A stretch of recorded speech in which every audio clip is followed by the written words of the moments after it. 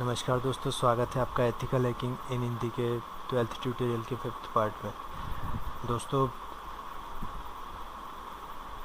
हमने last video में virus के बारे में पूरी डिटेल्सली वायरस किस तरीके से क्रिएट किए जाते हैं। बेच फाइल प्रोग्रामिंग से अगर वायरसेस को लेकर कुछ फ़नी वायरसेस क्रिएट किए थे, कुछ प्रैंक करने हो तो इस बारे में कुछ वायरसेस क्रिएट किए थे।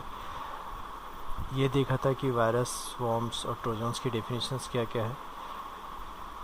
आइए आज इस वीडियो में हम जानेंगे कि वॉर्म्स क्या होते हैं।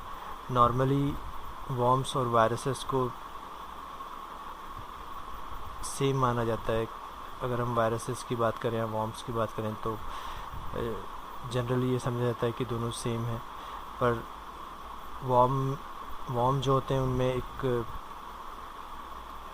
वॉर्म जो एक तरीके का ऐसा प्रोग्राम है जो अपने आप को खुद ही रिप्रोड्यूस करता है और एक कंप्यूटर से दूसरे कंप्यूटर में फैलता है। जबकि वायरस वो प्रोग्राम होता है जो जिसे स्प्रेड करने के लिए या फैलने के लिए एक किसी एप्लीकेशन की आवश्यकता पड़ती है या ह्यूमन टच की आवश्यकता होती है। आप यहाँ देख सकते हैं, computer worms are similar to the virus in that they replicate functional copies of themselves and can cause the same types of damage। पर यहाँ पर आप एक ध्यान देने वाली बात यह है कि worms are standalone software that do not require a host program or the human help to propagate। किसी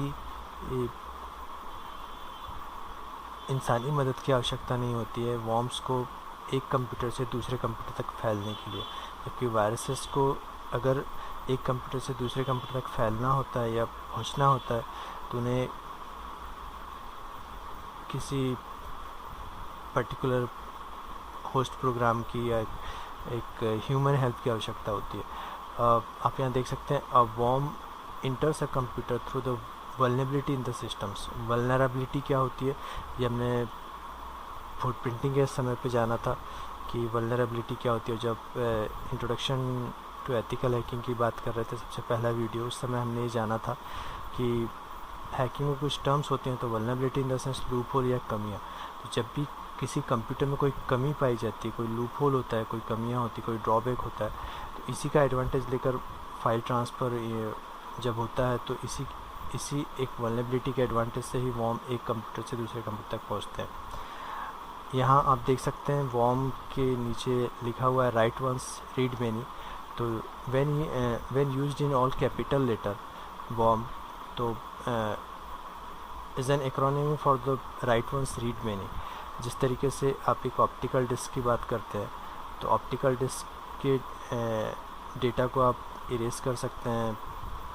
technology that allow you to write data on to the disk just once, after that the data is permanent and that can be read any number of times। आप किसी disc को या किसी particular USB drive में अगर कोई data एक बार रखते हैं, किसी डिस्क को आप एक बार राइट करते हैं तो उस राइट किए गए डेटा को आप बार बार जितने बार चाहे उतने बार देख सकते हैं। यही चीज़ वॉर्म्स की होती है। अगर वॉर्म एक बार क्रिएट हो जाता है तो वो जस्ट फैलता ही चला जाता है।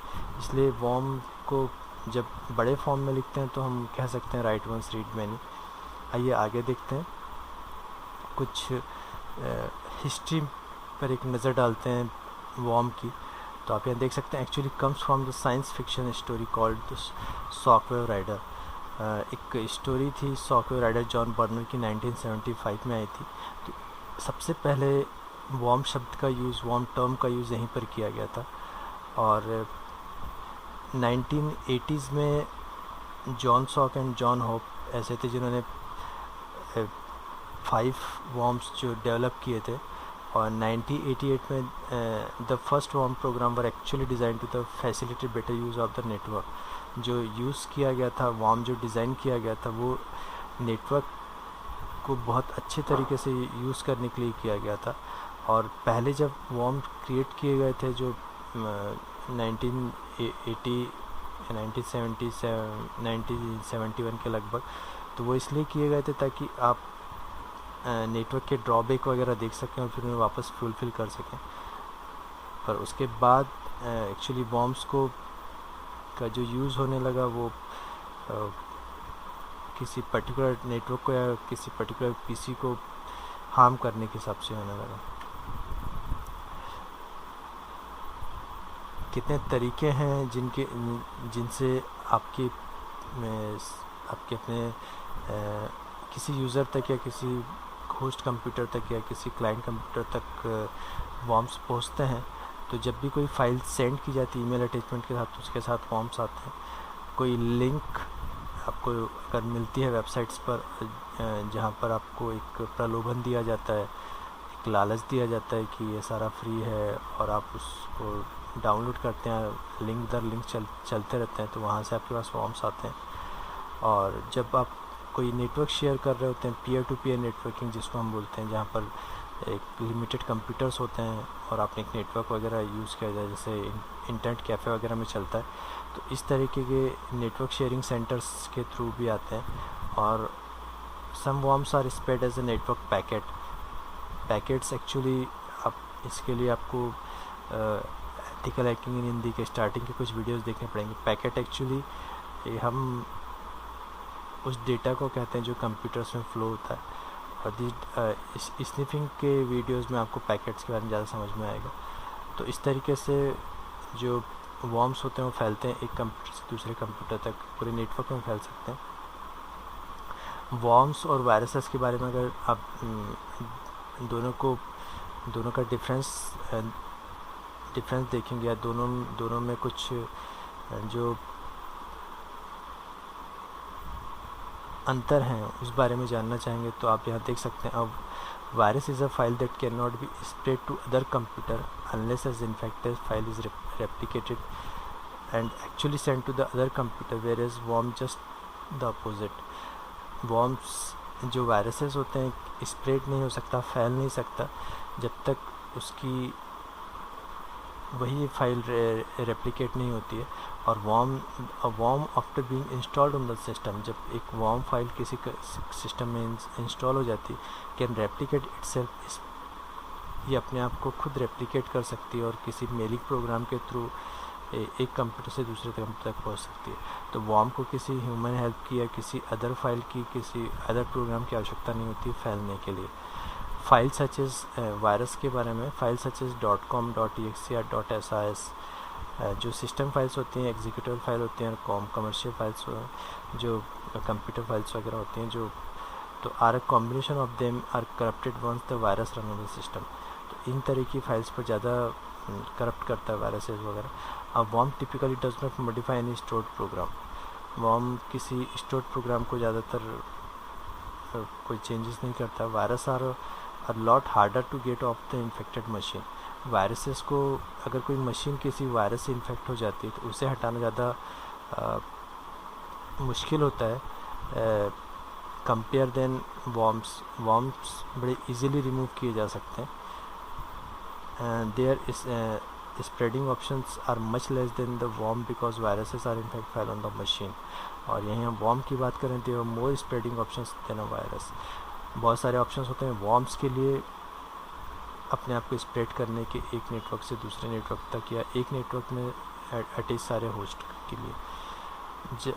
जब हम बात करते हैं कि किस तरीके से वॉर्म्स आते हैं पीसीज में या फैलते हैं, तो एक बहुत सारे कुछ वॉर्म्स मेकर वगैरह क्रिएट किए, जैसे VBS वॉर्म मेकर जनरेटर आता है, और भी बहुत सारे टूल्स हैं जो यूज़ किए जाते हैं।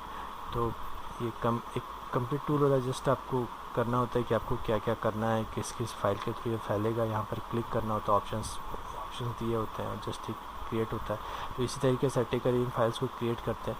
अगर आपको इनसे बचना हो या आप इनसे वायरसेस से अपने कंप्यूटर्स को या अपने पीसीज को दूर रखना चाहते हैं, तो जस्ट इतना ही कीजिए। यहाँ एक पिक्टोरियल रिप्रेजेंटेशन समझाने की कोशिश की गई है कि ये जो एक नेटवर्क से जुड़े हुए 4 पीसीज हैं, उसमें से 3 पीसी इनफेक्ट हैं, क्योंकि इन तीनों पीसीज में ना तो कहीं पासवर्ड बहुत अच्छा यूज़ किया गया। पासवर्ड सेक्शन के वीडियोस को देखें तो आप समझ जाएंगे पासवर्ड किस तरीके का रखने चाहिए।